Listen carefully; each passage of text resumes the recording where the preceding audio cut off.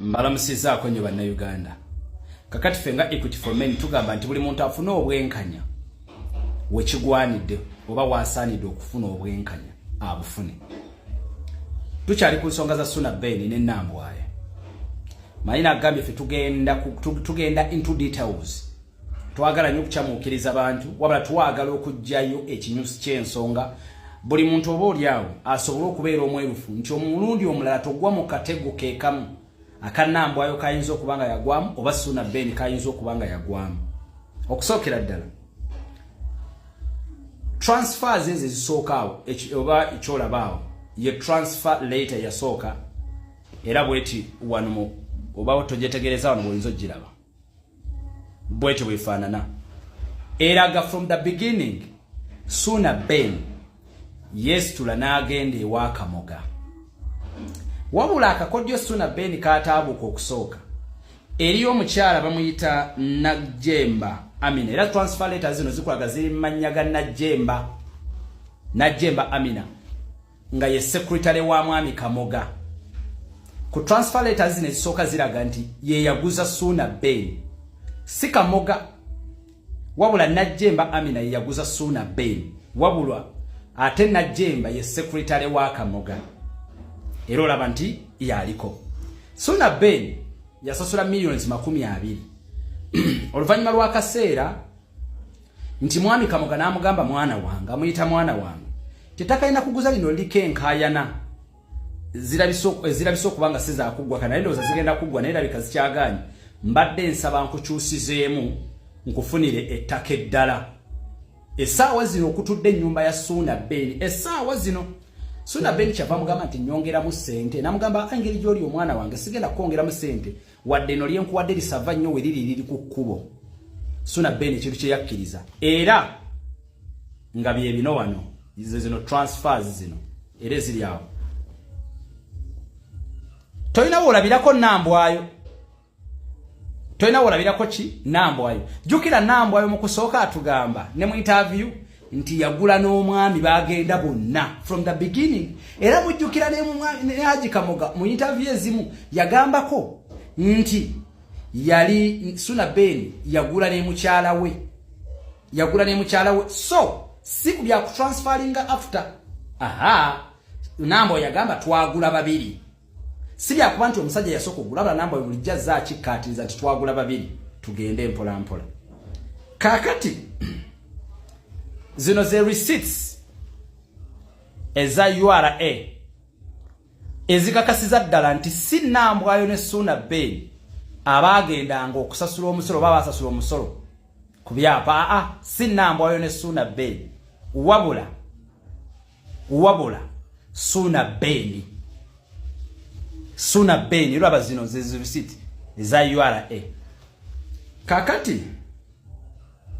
omanyi njagala bannayuganda bambi olumu nga tonna jajinga soke tulabe bino si ebyenkomeredde ne kikyengezaako okulaga njagala ozibuka amaaso kati gwe bwoba wakujajinga accordingly. Kakati ekyapa ekisooka kikino ekiva mu Kamoga ekyapa kyennyini ekyasooka ofuluma kikino era ogenda kiraba wano kikino kikulaga nti ekyapa kiva mu Kamoga Muhammad Kamoga ne kikulaga bakisazaamu kiri cancelled okiraba ne kidda mu Suna Ben okategedde ne kidda mu Suna Ben so si Nambwayo nkulaga ekyapa ekyasooka so si Nambwayo. Kakati Nambwayo ajja atya okubeera ku kyapa kati ekya Nambwayo kiikino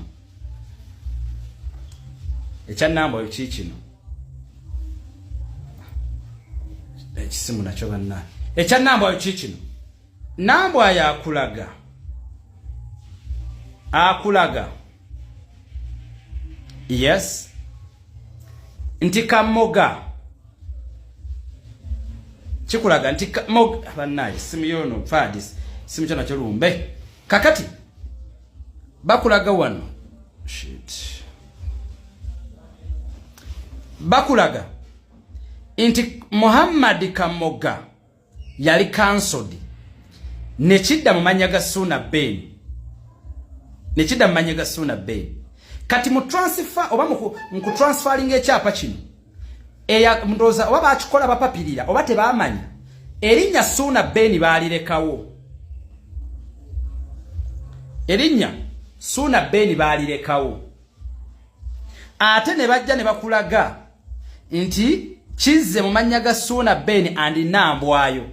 enkola entufu yandibadde etya nti bwe kyandivudde kyandikulaze amakubo mu kiyise mbu kyava mu Muhammad Kamoga ne bakansolingawo ne kidda mu Suna Ben ne bakansolingawo ne kidda mu Suna Ben and Nambwayo ekyapa ekiriwo sofa kikulaga kiri mu manyaga abantu basatu waliwo Suna Ben ali omu yekka then ne Suna Ben ne Nambwayo kitegeeza ekyapa kye tulina ky'abantu basatu eriyo Suna Ben gwe tutamanyi oba yono then tuba ne kibeera ate ne manyaga Suna Ben and Nambwayo owantegerekese bulungi walwango berero oba bwe kitwe kifaanana ngenda kibateerawo naawe mu kirabe nga bwe mubiraba awo kakati awe tuli mu transfer wano mu kukola kigambibwa nti Suna Ben onokulaba ku kyapa ekyo kyamutwalira emyezi 9 nga tekifulumanga Suna Ben nga akanya kusaba kyapa not until lwe bamuwa kino ekyapa Suna Ben kyabadde alina ng'aliko yekera Suna Ben buli jamanya ekyapa kyalina kye kituufu bw'ogenda mulandizi n'okebera nti kituufu bino bye mbagamba nti kituufu ebyapa gye bibiri eriyo kiriko Suna Ben nga kye kyasooka kye twandise nga mother title then waliwo n'ekyapa ekyali kiri manyaga Suna Ben ne Nambwayo naye kigambibwa nti waliwo olupapulo olutaliimu mu papers ezandibadde zijjuza ekyapa kya Suna Ben and Nambwayo waliwo paper etaliimu ekirala nti sayini ya Suna Ben wuliriza wano wakulu bakulaga nti Suna Ben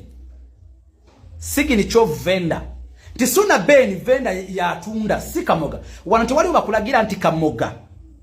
aguza oba Kamoga ekyapa kiva mu Kamoga kigende manyaga Suna Ben Nambwayo bakulaga nti ate Suna Ben wano nanyini kyapa atunda ate n'amala ne yeeguza ye ne Nambwayo abigatta simanyi walwaizo okutaputola limino lwenkozeseza leero yuno Nambwayo kwali ne Suna Ben kwali naye bakulaga nti ate yaguze bakulaga nti ate yatunze ne yeeguza ye ne Nambwayo oba olwo lulimi ate olufaanana lutya yeeguzizza ye nannyini ettaka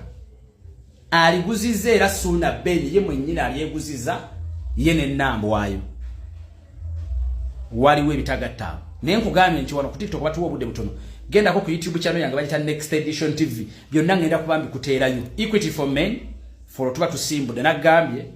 gwe just charging bucharginzi simu yo goberera pay attention to details buli kimu kigenda kusanga awo woli utegeere obadde bwe buzanyibwa guno omupiira Kamoga aguvaamu atya Suna Ben aguvaamu atya Nambwayo aguvaamu atya wabula ffe tugamba amazima gagenda kweyolekera ku side zombiri yeetaaga okufuna obwenkanya abufune we bugaane atabufunye era naye setegere tabufunye olw'okuba nti alaakinga amazima ow'amazima gena yaafuna amazima ge nga bagateekeddwa okubanga gabeera omugaati gw'olina okulya baguyita timu mugaati mulungi nnyo gusangibwa mu maduuka gonna ne supermarket zonna okwetoloola eggwanga gunoonyeeko gujja kukola nnyo bulungi obutagambika akolwayo nkaweerezaako abaami mwenna okwetoloola eggwanga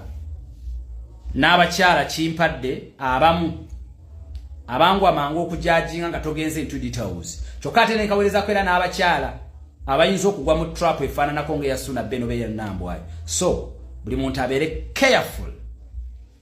eri buli muntu yenna tomala geesiga genda kitono ebintu byegendereze ate goberera